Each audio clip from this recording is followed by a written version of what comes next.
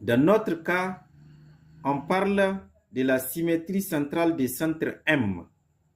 Donc, on me demande de trouver les images de ces points par la symétrie centrale des centres M à partir de la figure que nous avons présente devant nous. Qu'est-ce qu'il faut faire, chers élèves? Il faut d'abord situer les points M qui représentent les centres de la symétrie. Donc là, je vais bien positionner les points pour montrer alors la position des M. Maintenant, si nous voulons chercher les images de chaque point parmi les points proposés, il faut que les points aient son image, je dis bien, il faut que les points aient son image aient comme milieu les points M, puisqu'on parle de symétrie centrale. Donc, si nous voulons, par exemple, déterminer l'image de L par la symétrie centrale des centres M, donc je vais alors poser mon matériel géométrique sur les segments LM. Donc, je vais alors me demander quel point et L ont comme milieu M. Vous comprenez avec moi que si je répète, quel point et L ont comme milieu M. Ça ne peut être que le point N. Et si je prends le point N, cela veut dire que N est l'image de L par la symétrie centrale des centres M. Donc, à ce niveau, je vais écrire la lettre N comme réponse. Et si nous prenons la lettre R maintenant, ça veut dire qu'il faut rapidement positionner RM. Je dis bien RM. Avec mon matériel géométrique, j'ai donc la lettre R à ce niveau. Donc, je peux les placer comme ça. Et là, je vais me demander R et quel point, R et quel point ont comme milieu M.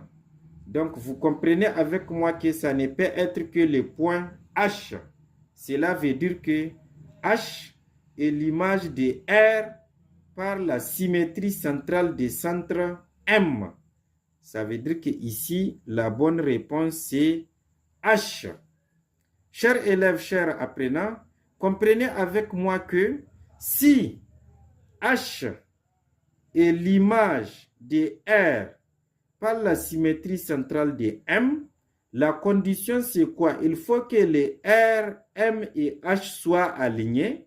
Et en plus de cela, il faut que les M soient milieu du segment RH. On va passer maintenant au point Q. Vous voyez que je vais positionner mon matériel de cette façon. Et là, je vais me demander quel point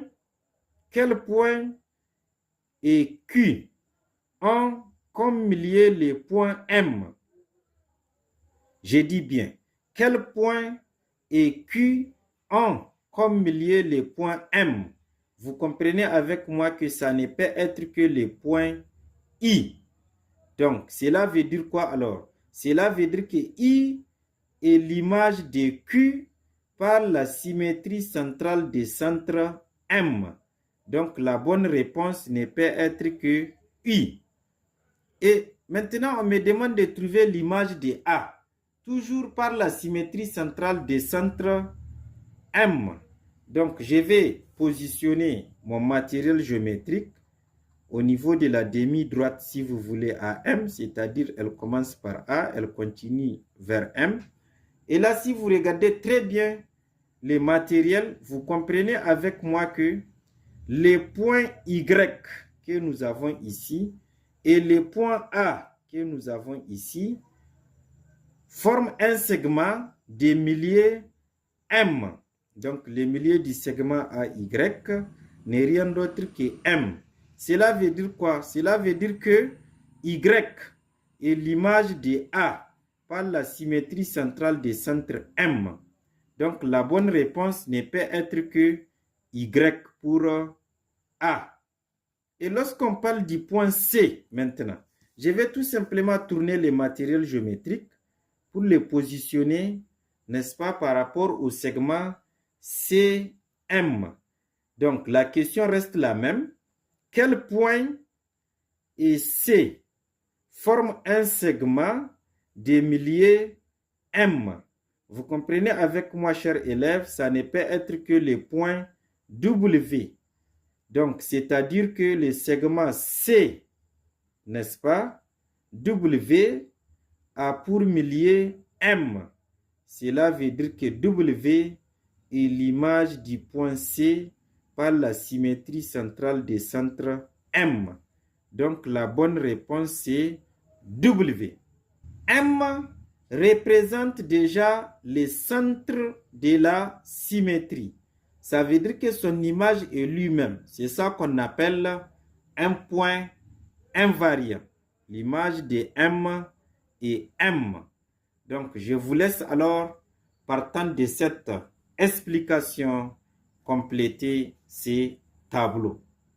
Merci pour votre compréhension et de bien vouloir essayer pour retenir correctement.